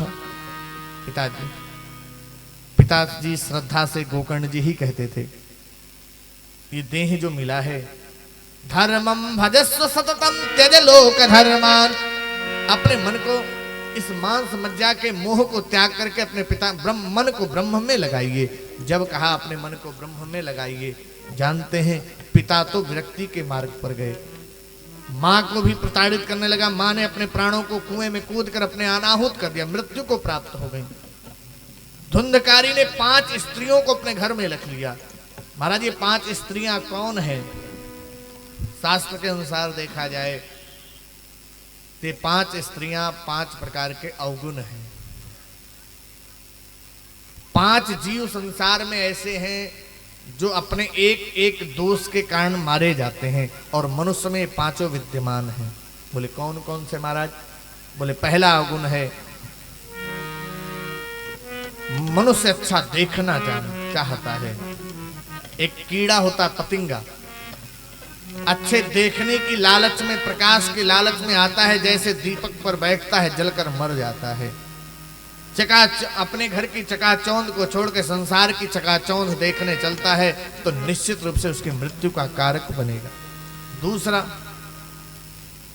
मनुष्य अच्छा सूंघना चाहता है। घ्राण, अच्छे सूंघने के लिए, जैसे भौरा है, भौरा कमल के पुष्प पर जाकर बैठता है, कमल बंद होने जा रहा है, लोग कहते हैं भौरे उड़ जा कमल बंद हो जाएगा, नहीं बैठ उड़ता है, और अंत में कमल का पुष्प बंद होता है और एक हाथी मदमस्त आता है, उठाकर कमल की नली को तोड़कर फेंक देता है और भौरा उसी में मर जाता है। जो भौरा एक लकड़ी को छेदो, इधर से बंद कर दो, छेद कर इस पार से उस पार चला जाता है, वो भौरा उस लकड़ी को भेद नहीं पाता है। क्यों? क्योंकि उसके मोह में उसकी गंध को पाने के लिए आतुर है वो, कमल की सुगंधी को। और मनुष्य में यह अवगुण है। मनुष्य अच्छा स्वाद भी चखना चाहता है। संसार में एक जीव है मछली, कटिया, लोग कटिए में केचुआ फंसाते हैं, तालाब में डाल देते हैं, और उस केचुए की लालच में मछली आती है और कटिया में फंस जाती, मौत आ जाती है। मनुष्य अच्छा स्वाद भी चखना चाहता है।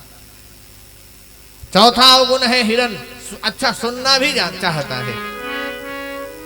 हिरण को बाण संधान करके दौड़ रहा होता बधिक मारने के लिए, लेकिन वो बंधन में नहीं आता है।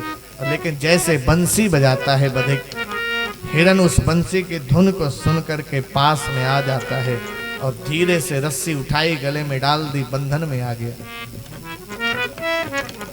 मनुष्य में 5वां अवगुण है स्पर्श का। हाथी जंगल में चल रहा होता है समूह में, देह रगड़ रहा होता है हथनियों से, नकली लकड़ी का एक हाथी दिखाई पड़ता है, उसको लगता है असली हाथी है, उसको अपने साथ मिलाना चाहता है, जाता है देह रगड़ता है, और देह रगड़ने में वो नकली लकड़ी का हाथी गड्ढे में गिरता है, वो भी उसी के संग उस गड्ढे में गिर जाता है। महीनों बंधन में रहता है उस गड्ढे में हाथी, और जब निकाला जाता है तो वो महावत के बंधन में होता है।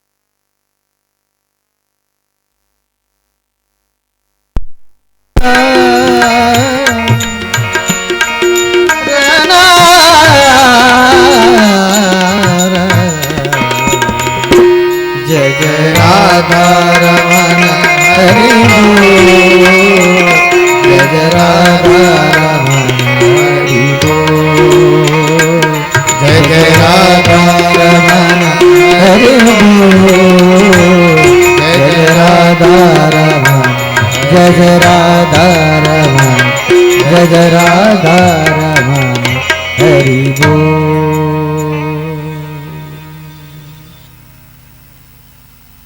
एक बात बड़ी सुंदर,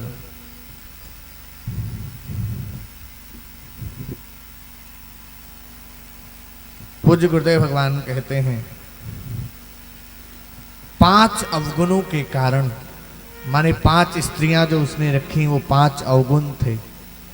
धुंधकारी ने मां की मृत्यु हो गई, 5 वेश्याओं को अपने घर में रख लिया, उनके अधीन हो गया, चोरी करता, डकैती डालता, एक आध बार राजा के द्वारा दंडित हुआ तो उसकी स्त्रियों ने सोचा कि इसके कारण हम भी मारी जाएंगी, पकड़ी जाएंगी। आज चोरी करके लौटा तो उसे गले में फंद लगाई और मारने का प्रयास किया, नहीं मरा तो आग के अंगारों को उसके मुख में भर दिया, तड़प कर मरा वो। और जानते जब धुंधकारी तड़प कर मरा तो प्रेत बना, और जब प्रेत बना, तीर्थ यात्रा में गोकर्ण जी महाराज थे, किसी ने सूचना दी महाराज आपके भाई की मृत्यु हो गई। तो जिन जिन तीर्थों में जाते वहां पिंडदान करते, सारे क्रम करते। आज पिंडदान आदि करते करते गांव आ गए, और जब गांव में पहुंचे ना तो सोचा सब लोग तो विश्राम कर रहे होंगे, क्यों गांव वालों को जगाएं, मेरे पिताजी का भवन तो है ही, वहीं चले। और पिताजी के भवन में आकर के साधना में बैठ गए। या निशा सर्वभूतानां तस्यां जागृति संयमी। जब सारा संसार सोता है ना तो संयमी व्यक्ति बैठ करके भजन करता है, और वो भजन कर रहे थे। जैसे भजन में लीन थे इतने में एक सिंह का रूप बनाकर एक व्यक्ति आया, दहाड़ मारे, फिर भी भजन नहीं छूटा। कभी बकरी की तरह मिमियाता है, कभी सिंह की तरह दहाड़ता है, कभी राक्षस बनकर आता है, हाथ में जल ले लिया। कौन है तू? सामने आ, नहीं तुझे भी जलाकर भस्म कर दूंगा। हाथ जोड़ लिया, धुंधकारी नहीं बोल पा रहा है, जल को अभिमंत्रित करके जैसे छीटा बोल पड़ा, अहम भ्राता त्वदीयोऽस्मि धुंधकारीति नामतः स्वकीयेव नैव दोषेण ब्रह्मत्वं नासितं मया। भैया मैं धुंधकारी, भैया धुंधकारी आपकी मुक्ति नहीं हुई क्या? क्यों? बोले मैंने गया में श्राद्ध किया, काशी पिशाच मोचन गया, वहां पिंडदान किया, फिर भी आपकी मुक्ति नहीं। बोले भैया एक बार गया श्राद्ध नहीं, गया श्राद्धम सतेनापि, 100 गया श्राद्ध कर दो तो भी मेरी मुक्ति नहीं होगी। श्याम बाबा एक बड़ी काम की बात है कि आखिर धुंधकारी की मुक्ति क्यों नहीं हुई। एक बात बताइए, गोरखपुर का कोड नंबर क्या है जिनके यहाँ टेलीफोन वाला, मालूम है कि नहीं? क्या है? 0512। नहीं 501 है ना? हाँ 0512 तो कानपुर का है, 532 लखनऊ का है, प्रयाग का।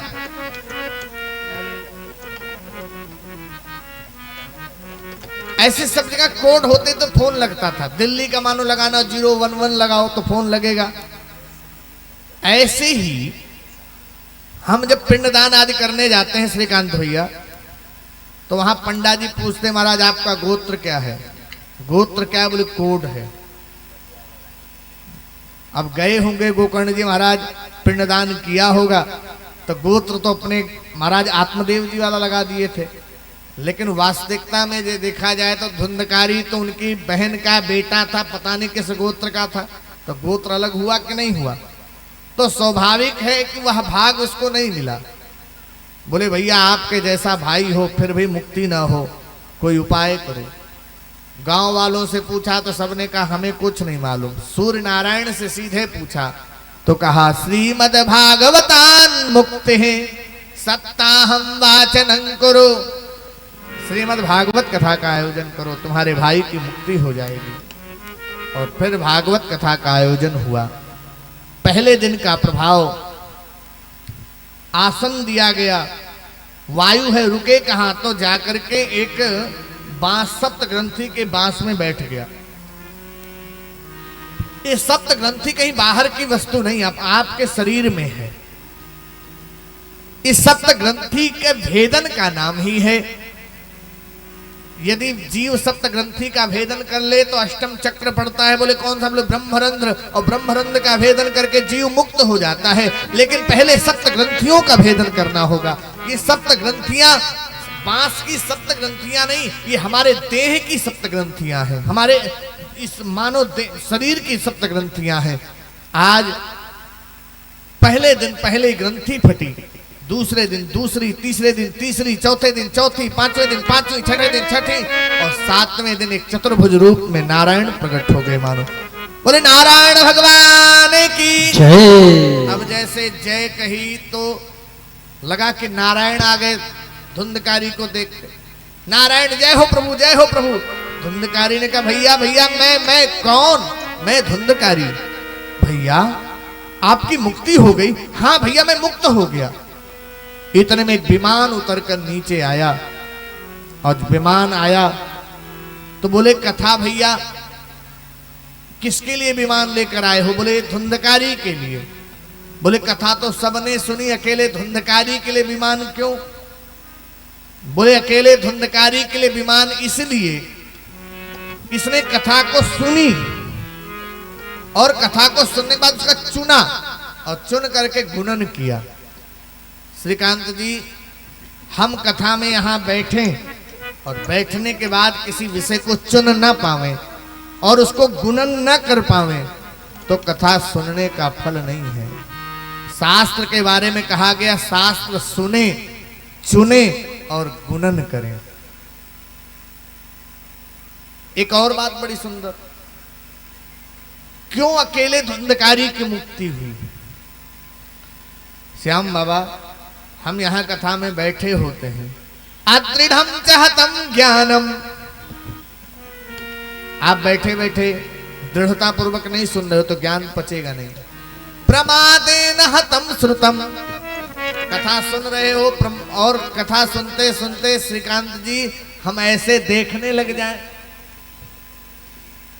तो काम की बात चली जाएगी। प्रमादेन हतम श्रुतम संदिग्धो ही हतो मंत्रो। गुरुजी ने हमको कान में मंत्र दिया, फिर सोचने लग गए पता नहीं मंत्रवा सही दिए गुरुजी के ऐसे गलत गलत बताए दिए। विश्वास नहीं हुआ गुरुजी के मंत्र पर तो मंत्र फलित नहीं हो सकता। संदिग्धो ही हतो मंत्रो व्यग्र चित्रो हतो जपः। जल्दी जल्दी माला फेरने लग गए तो माला फलित नहीं होगी। माला को कहा गया स्थिरता पूर्वक जपा जाए। आज धुंधकारी की मुक्ति हुई। पुनः गांव वालों के लिए कथा का आयोजन फिर से किया धुंधकारी जी, गोकर्ण जी ने। और जानते हो, जहां ज्ञान वैराग्य भक्ति को कथा सुनाई जा रही थी सौनकादिक मुनियों, वहीं पर नारायण प्रकट हो गए। क्यों? क्योंकि वहां पर कीर्तन हो रहा था। और उस कीर्तन में कौन कौन आए थे जानते हैं? प्रहलाद तालधारी, प्रहलाद जी आके ताली बजा रहे थे। तरल गति अच्योद्धव कांसधारे, उद्धव जी महाराज कांस बजा रहे हैं। वीणाधारी स्वर कुशलतया राग करता अर्जुनो भूत, अर्जुन जी महाराज आकर राग लाप रहे। इंद्रोवादी मृदंगम, इंद्र जी महाराज मृदंग बजा रहे हैं। कार्तनेते कुमारा, सनकादिक मुनि जी महाराज हैं, कीर्तन करा रहे हैं। सुखदेव जी महाराज सुंदर सुंदर भावों को प्रकट कर रहे हैं। ऐसे दिव्य कीर्तन का आनंद हुआ, भगवान उसमें प्रकट हुए। जय जय राधा रमन हरि बोल, जय जय राधा रमन हरि बोल, जय राधा रमन हरि बोल, जय जय राधा रमन हरि बोल, जय जय राधा रमन हरि बोल, हरि बोल, जय जय राधा रमन हरि बोल। हरि बोल हरि बोल हरि बोल हरि बोल हरि बोल हरि बोल हरि बोल हरि बोल जय जय राधा रमण हरि बोल जय जय राधा रमण जय राधा रमन हरि बोल जय जय राधा निजरे निज पने भापरे निजा सजने निज सरे रे सजने निज सरे रे मम रे रे सजा अरे रे रे मम म प प प ने रे सा सा ने भम रे मरे सने रे म प प रे रे सा सा रे म प प रे रे सा सा रे म प प रे रे सा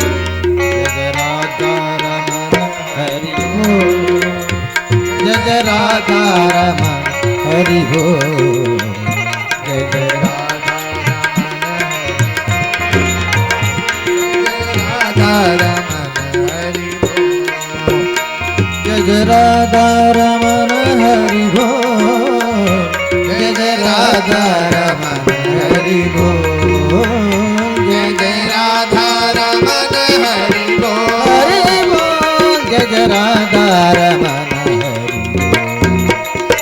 जय जय राधा रमण हरि बोल जय जय राधा रमण हरि बोल जय जय राधा रमण हरि बोल जय जय राधा रमण जय जय राधा रमण जय जय राधा रमण हरि बोल। शास्त्र कहता है श्रीमान मिश्रा जी यत् फलम नास्ति तपसा यत् फलम नास्ति तपसा जो फल तपस्या के द्वारा भी नहीं प्राप्त हो सकता न योगेन न समाधिना न योग के द्वारा न समाधि के द्वारा तत्फलम लभते सम्यक कलौ केशव कीर्तनात् वह फल कलयुग में कीर्तन के प्रभाव से मिल जाता है। ये कलयुग की महिमा है। यत् फलम नास्ति तपसा न योगेन समाधिना तत्फलम लभते सम्यक कलौ केशव कीर्तनात् कलयुग में कीर्तन का प्रभाव है। देखिए भागवत जी जिसको हम श्रवण करने बैठे हैं श्याम जी, इसकी एक महिमा है। भागवत के प्रारंभ में सत्य की वंदना है और दूसरी सबसे बड़ी बात यह है भागवत जी का जब शुभारंभ होता है पहला शब्द है जन्म और जब समापन होता है जैसे पहला श्लोक का पहला शब्द जन्माद्यस्य यतोऽन्वयादितरतश्चार्थेष्वभिज्ञस्वराट् तेने ब्रह्म हृदय आदि कवये मुह्यन्ति यत्सूरयः तेजो वारिमृदां यथा विनिमयो यत्र त्रिसर्गो मृषा धाम्ना स्वेन सदा निरस्तकुहकं सत्यं परं धीमहि। देखिए इसमें सत्य की वंदना है और पहला शब्द इसमें लिया जन्म और भागवत का जब समापन हुआ तो अंतिम श्लोक में अंतिम शब्द है हरिं परम नाम संकीर्तनम यस्य सर्व पाप प्रणाशनम प्रणामो दुख शमनस्तम नमामि हरिं परम। भागवत मुक्ति प्रदान ग्रंथ है। जीव ने जन्म लिया है और जन्म लेने के बाद मुक्ति यदि देखिए राष्ट्रपति महोदय सामने खड़े थे, आज का दृष्टांत था। कारागार में सबसे पूछा, किसी ने कह दिया हमको महाराज हमारे इस कोष्ठ में कलई नहीं हुई है, कलई हो जाए तो अच्छा रहे। कहा इसको कलई कराओ, इसके कोष्ठ में रंग पुतवाओ। एक ने कहा महाराज हमको लेखनी मिल जाए, उसको लेखनी मिल गई। एक ने कहा महाराज हमको 2 ही रोटी मिलती, इसको हमको 4 रोटी चाहिए। बोले 4 रोटी दे दो। जिसने जो मांगा सबको सब दिया, लेकिन अंतिम व्यक्ति ने कहा कि राष्ट्रपति महोदय हमें यह भी मालूम है आप मुक्ति देते हो, कारागार में कोई दंडित हो, मृत्युदंड भी हो तो उसे आप अभय कर देते हो। हाँ ठीक है मेरे द्वारा अपराध हुआ, लेकिन आप मुझे मुक्ति दे दो, इस कारागार से मुक्त कर दो, मैं अच्छा नागरिक बन के दिखाऊंगा। तो राष्ट्रपति महोदय कह देते हैं इसे मुक्त कर दो। ऐसे भगवान तो सब कुछ देता है, आप जो मांगोगे सो देगा। ऐसे श्रीमद् भागवत जी की महिमा है। ये मुक्ति प्रधान ग्रंथ है। जीव मुक्ति के मार्ग पर जाना चाह ले तो ये भागवत उसे मुक्ति के मार्ग पर ले जाती है। दूसरे श्लोक में धर्म की वंदना है। धर्म प्रोज्झित कैत्रवोत्र परमो निर्मत्सराणाम सताम वेद्यम वास्तवमत्र वस्तु शिवदम तापत्रयोन्मूलनम। श्रीमद्भागवते महामुनिकृते किं वा परैरीश्वरः सद्यो हृद्यवरुध्यते प्रकृतिभिः शुश्रूषुभिस्तत्तक्षणात्। देखिए एक बात और बड़ी सुंदर। प्रारंभ की वंदना व्यास जी के द्वारा है। द्वितीय वंदना जो है भागवत की, धर्म की वंदना जो की गई, वो वंदना की महाराज सुखदेव जी ने। सत्य की वंदना की व्यास जी ने और धर्म की वंदना की सुखदेव जी ने महाराज ने। और तीसरी वंदना जो की है वो सूत जी महाराज कर रहे हैं। निगम कल्पतरोर कलितम फलम सुखमुखादमृतद्रव संयुतम पिबतु भागवतम रसमालयम मुहुरहो रसिका भुवि भावुकाः। मास्टर साहब बहुत लोग कह देते हैं महाराज भागवत तो हमने वहां सुनी, यहाँ सुनी, यहाँ सुनी, क्या जरूरी है बार बार हम भागवत सुने। उनको मानो भागवत तत्व का कुछ ज्ञान ही नहीं हुआ। भागवत की एक महिमा है, निगम कल्पतर और कलितम फलम। श्याम जी ये निगम रूपी कल्पवृक्ष का गला हुआ फल है। दूसरा, अच्छा मास्टर साहब एक बात हम हमेशा बचपन से सुनते आए हैं, कहते हैं तोता जिस फल को जूठा कर दे वो मीठा हो जाता है। आप लोग खाए होंगे, गांव में रहते हैं, यही तोतवा जूठा रहे है, ये खाए में तो बड़ा बढ़िया लागी, मीठ लागी। बोले सुख मुखादम तद्रव संयुतम पिबतु भागवतम रसमालयम। बोले महाराज तोते के मुख के द्वारा जूठी थे इसलिए बहुत सुंदर है, मीठा है ये, और ये पीना चाहिए। बोले कैसे? बोले कान के द्वारा। बोले कैसे? बोले मुँह रहो। बोले बार बार। बोले कैसे? बोले भूवि भावुकाः। आप भाव से कथा बैठकर सुनोगे तो कथा सुख देगी। ऐसे सुनोगे कि चलो अब तो आयोजन कर ही दिया है, बैठ ले, तो बैठने पे भी सुख देगी, लेकिन वो सुख नहीं मिल पाएगा जो भाव से सुनने में मिलेगा। आजकल लोगों की स्थिति बन गई है 3 बार भोजन भजन एक बार, 3 बार भोजन भजन एक बार, उसमें भी आते हैं झंझट हजार। 3 बार भोजन भजन एक बार, उसमें भी आते हैं झंझट हजार।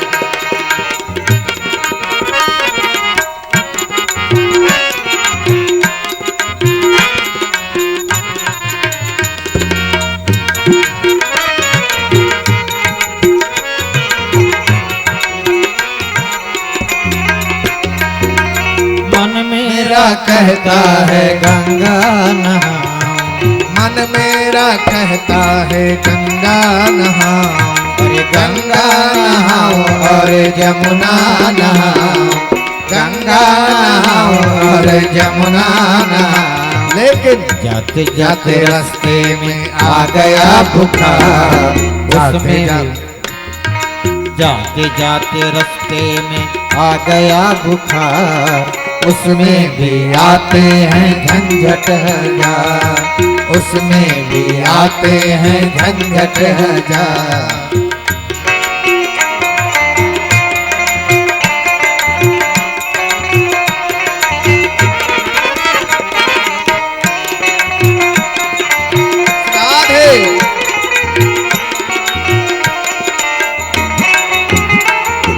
मन मेरा कहता है मंदिर हो आओ, मन मेरा कहता है मंदिर हो आओ, मंदिर हो आओ थोड़ा दर्शन करे आओ, मंदिर हो आओ थोड़ा दर्शन करे आओ। लेकिन जाते जाते मंदिर के लग गए किवाड़, जाते जाते मंदिर के लग गए किवाड़, उसमें भी आते हैं झंझट हजार, उसमें भी आते हैं झंझट हजार। 3 बार भोजन भजन एक बार, 3 बार भोजन भजन एक बार, उसमें भी आते झंझट हजार, उसमें भी आते।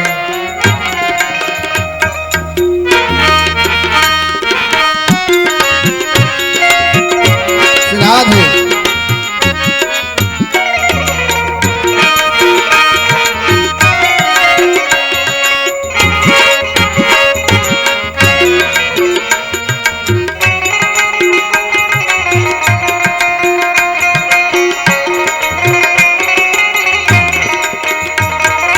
मन मेरा कहता है दान कर आओ, मन मेरा कहता है दान करे आओ, अरे दान कर आओ थोड़ा पुण्य कमाओ, दान करे आओ थोड़ा पुण्य कमाओ।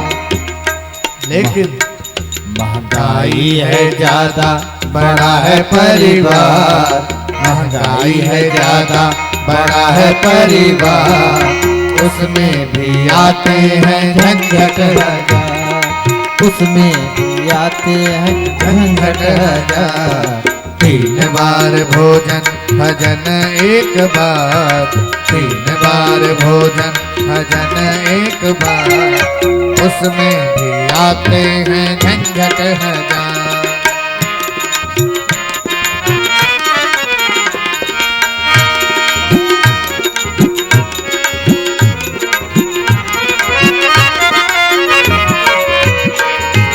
मन मेरा कहता भजन करे आओ, मन मेरा कहता भजन करे आओ, कथा सुन आओ सत्संग करे आओ, कथा सुन आओ सत्संग करे आओ, सत्संग कर आओ थोड़ा माला जपुआ, सत्संग करे आओ थोड़ा माला जप आओ। जपते माला में आ गए रिश्तेदार, जपते जपते माला में आ गए रिश्तेदार, उसमें भी आते हैं झंझट हजार, उसमें भी आते हैं झंझट हजार। 3 बार भोजन भजन एक बार, 3 बार भोजन भजन एक बार, उसमें भी आते हैं झंझट हजार, उसमें भी आते हैं झंझट हजार, उसमें भी आते हैं झंझट हजार। 3 बार भोजन करने की सबको फुर्सत है, लेकिन 3 बार यहाँ नहीं, यहाँ तो 2 ही बार आना है। 3 घंटे सुबह 3 घंटे शाम, लेकिन 3 घंटे सुबह 3 घंटे शाम में बोले महाराज का करी रोटी बनावे के रहेला, का करी महाराज खाए के रहेला, का करी महाराज सूते के रहेला, बहाना चाहिए। अच्छा ये आज दूसरा दिन है, 6 दिन और अभी बीत जाएंगे, 7 दिन, फिर दोबारा योजना बने न बने, कब बने। इतने दिनों में खुटहन में जब से जन्म लिए हो, कितने दिन बाद यहाँ कथा हुई है? एक बार हुई है। मानो इतने दिन बाद अवसर बना, युवानों ने मन बना लिया कि एक बार गांव। और देखिए इस भूमि का भी कुछ पुण्य भाव है। भगवान शिव और पार्वती ये कथा तो पहले कहीं और सुनिश्चित थी, लेकिन भगवान शिव और पार्वती एक दिन जा रहे थे तो भगवान शिव ने एक भूमि को देखा, प्रणाम किया। बाबा आप यहां क्यों प्रणाम कर रहे हो? देवी इस भूमि पर 1000 वर्ष पहले यज्ञ हुआ था, ये भूमि पुण्य भूमि है, इसलिए मैंने यहां प्रणाम किया। ओहो। थोड़ा और आगे बढ़े तो फिर एक भूमि को प्रणाम किया तो फिर मैया पार्वती ने पूछा, देवी बाबा आप यहां क्यों प्रणाम कर रहे हो? बोले यहां 1000 वर्ष बाद यज्ञ होने वाला है, इसलिए यह भूमि पुण्य भूमि है। और आगे बढ़े तो एक कूड़े की ढेर दिखाई पड़ी और उस कूड़े की ढेर पर बाबा ने प्रणाम किया। बाबा आप यहां क्यों प्रणाम कर रहे हो? तो कहा यहां पर सत्संग चल रहा है, यहां पर सत्संग चल। बोले हाँ चलो। गए देखा क्या, कूड़ा बीनने वाले मानो अपनी, आज ही कूड़ा बीनने वाले नहीं आदि से हैं, तो वहां पर उनको कुछ खाने योग्य वस्तुएं मिल गई तो उसको उठाकर ईश्वर को धन्यवाद देने, हे ईश्वर बड़ी करुणा, आपने हमें यहाँ भी कुछ खाने पीने योग्य वस्तुएं दे दी। तो मानो ईश्वर को धन्यवाद दे रहे हैं, उनका सत्संग कर, उनकी चर्चा कर रहे हैं, तो मानो वह भूमि पुण्य भूमि बन गई। जैसे ऐसे ही मानो इस भूमि का भी कुछ भाग्य जगा था कि जो कथा वहां होनी थी यहां चल के चली आई, कुछ तो प्रभाव रहा ही होगा, इसलिए यहां पर ये कथा की चर्चा हो रही है। आज मानो प्रथम दिवस भागवत का शुभारंभ है। कल से कथा क्रम में अनवरत रहेगी 12 से 3 सायंकालीन वेला में 7 बजे से पूज्य महाराज श्री के द्वारा सत्संग। आज इस वाणी को इसी समय विश्राम। आए आरती के लिए सभी लोग खड़े हो जाएं। आरती के बाद जय राधा रमन हरि बोल, जय जय राधा रमन हरि बोल, जय जय राधा रमन हरि, जय जय राधा रमन हरि बोल। श्रीमान मिश्रा जी, श्रीमान मिश्रा जी।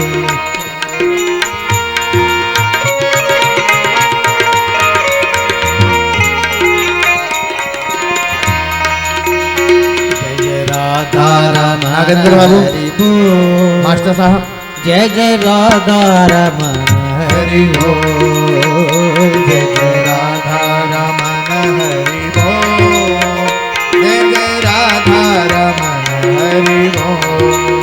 हे गिरधर तेरे आरती गाऊं, हे गिरधर तेरी आरती गाऊं, आरती गाओ प्यारे तो मैं तोरी गाऊं, आरती गाओ प्यारे तो मैं तोरी गाऊं, बाकी बिहारी तेरी आरती गाऊं, हे गिरधर तेरी आरती गाऊं।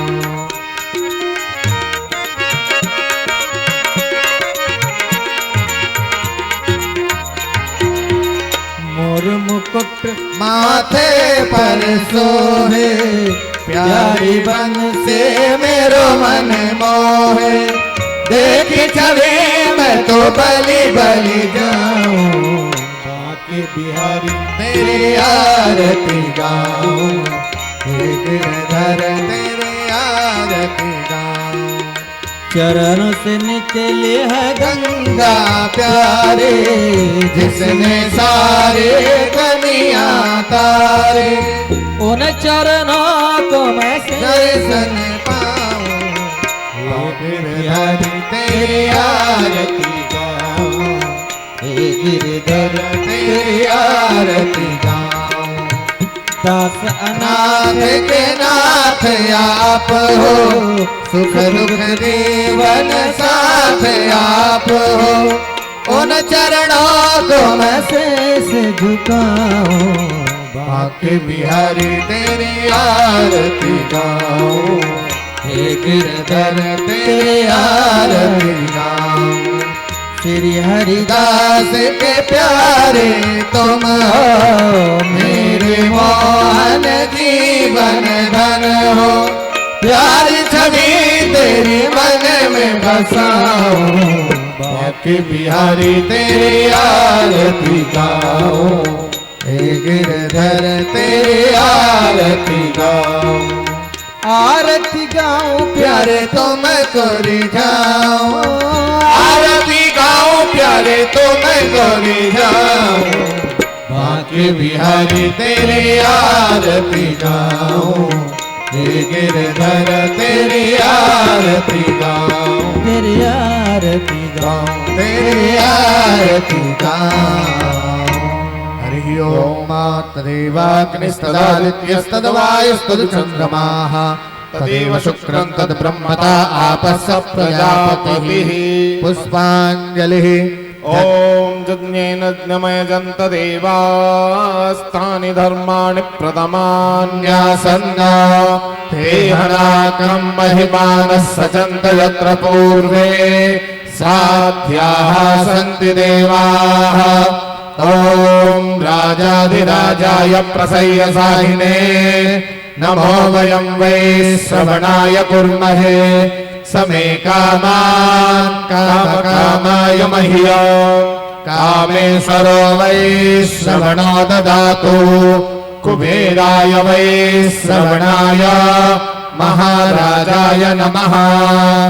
ओम स्वस्ति साम्राज्यं भोज्यं स्वराज्यं वैराज्यं पारमेष्ठ्यं राज्यं महाराजमाधिपत्यमयं समन्तपर्यायै स्यात् सार्वभौमः सार्वायुषान्ताधात्परार्धात् पृथिव्यै समुद्रपर्यन्ताय एकराडितिः तदप्येष श्लोकोऽभिगीतो मरुतः परिवेष्टारो मरुत्तस्यावसङ्गृहे आवीक्षितस्य कामप्रेर्विश्वे देवाः सभासद इति।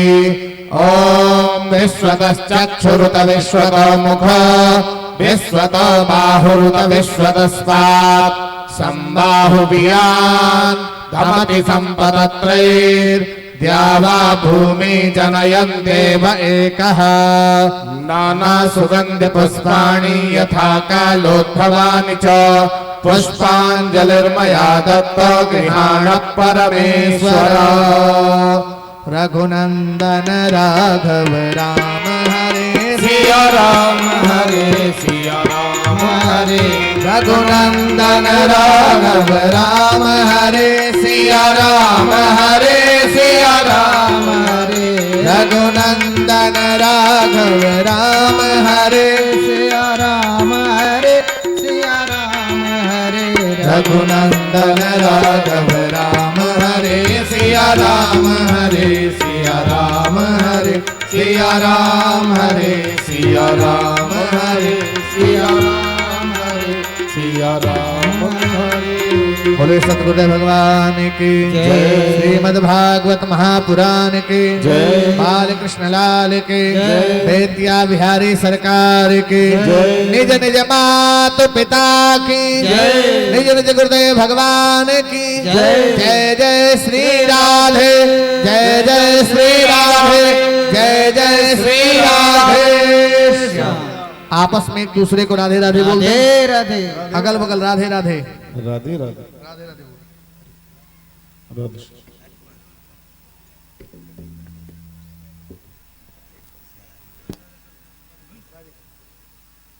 आइए।